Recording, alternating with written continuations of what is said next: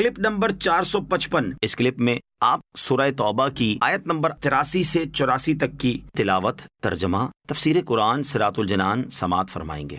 بسم اللہ الرحمن الرحیم۔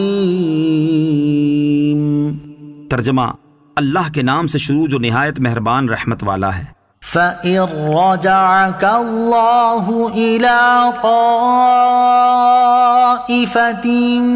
مِّنْهُمْ فَاسْتَأْذَنُوكَ لِلْخُرُوجِ فَقُل لَّن تَخْرُجُوا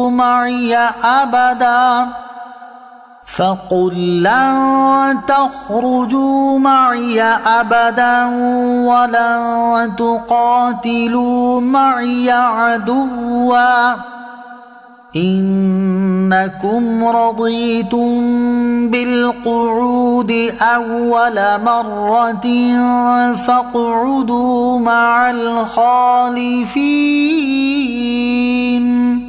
ترجمہ، پھر اے حبیب اگر اللہ تمہیں ان میں سے کسی گروہ کی طرف واپس لے جائے اور وہ تم سے جہاد میں ساتھ نکلنے کی اجازت مانگے تو تم فرما دینا کہ تم کبھی بھی میرے ساتھ نہ چلو اور ہرگز میرے ساتھ کسی دشمن سے نہ لڑو۔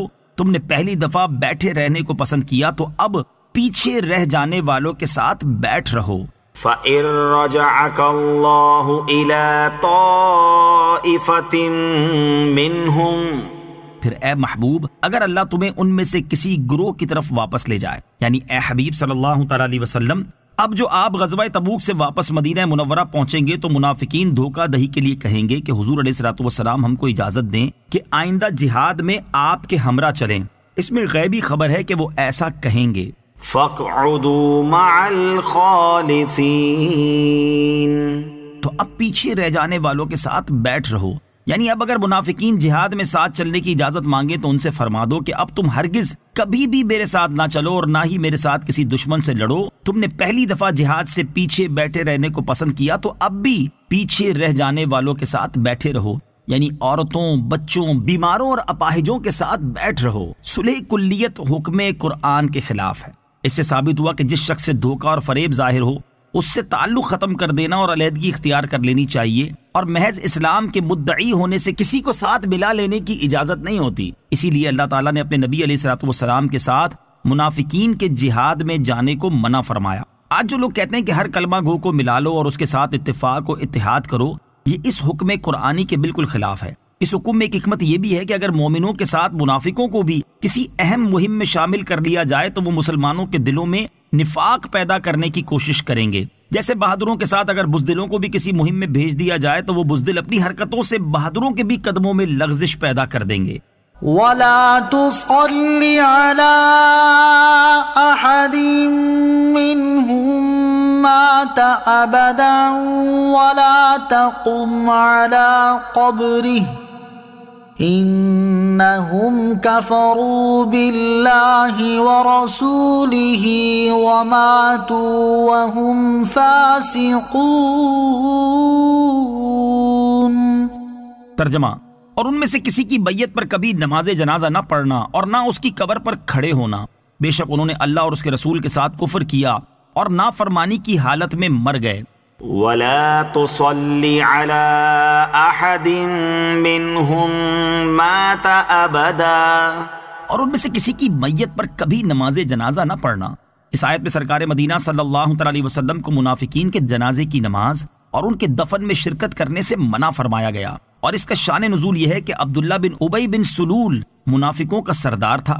جب وہ مر گیا تو اس کے بیٹے حضرت عبداللہ رضی اللہ تعالی عنہ نے، جو مسلمان صالح مخلص صحابی اور کثیر العبادات تھے، انہوں نے خواہش کی کہ سید عالم علیہ الصلوۃ والسلام ان کے باپ عبداللہ بن ابی بن سلول کو کفن کے لیے اپنا قمیص مبارک عنایت فرما دیں اور اس کی نماز جنازہ پڑھا دیں۔ حضرت عمر رضی اللہ تعالیٰ عنہ کی رائے اس کے خلاف تھی، لیکن چونکہ اس وقت تک ممانعت نہیں ہوئی تھی، حضور اکرم علیہ الصلوۃ والسلام کو معلوم تھا کہ آپ علیہ الصلوۃ والسلام کا یہ عمل بہت سے منافقین کے ایمان لانے کا باعث ہوگا، اس لیے حضور پرنور علیہ الصلوۃ والسلام نے اپنی قمیص بھی عنایت فرمائی اور جنازے میں شرکت بھی کی۔ قمیص دینے کی ایک وجہ یہ بھی تھی کہ نبی کریم علیہ الصلوۃ والسلام کے چچا حضرت عباس رضی اللہ تعالیٰ عنہ جو بدر میں اسیر ہو کر آئے تھے، تو عبداللہ بن ابی نے اپنا کرتا انہیں پہنایا تھا۔ حضور انور علیہ الصلوۃ والسلام کو اس کا بدلہ دینا بھی منظور تھا، لہٰذا آپ علیہ الصلوۃ والسلام نے قمیص بھی دیا اور جنازہ بھی پڑھایا۔ اس پر یہ آیت نازل ہوئی اور اس کے بعد پھر کبھی سرکار دو عالم علیہ الصلوۃ والسلام نے کسی منافق کے جنازے میں شرکت نہ فرمائی اور حضور اکرم علیہ الصلوۃ والسلام کی وہ مصلحت بھی پوری ہوئی۔ چنانچہ جب منافقین نے دیکھا کہ ایسا شدید عداوت والا شخص جب سید عالم علیہ الصلوۃ والسلام کے کرتے سے برکت حاصل کرنا چاہتا ہے تو اس کے عقیدے میں بھی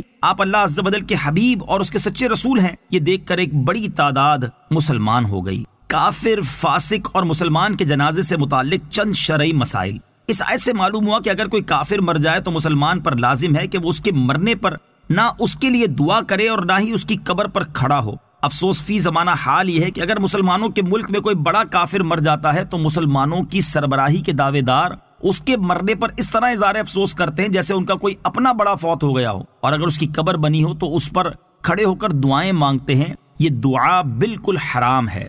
صلو علی الحبیب صلی اللہ تعالی علی محمد صلی اللہ تعالی وسلم۔ مجھے اپنی اور ساری دنیا کی لوگوں کی اصلاح کی کوشش کرنی ہے انشاءاللہ عز و جل۔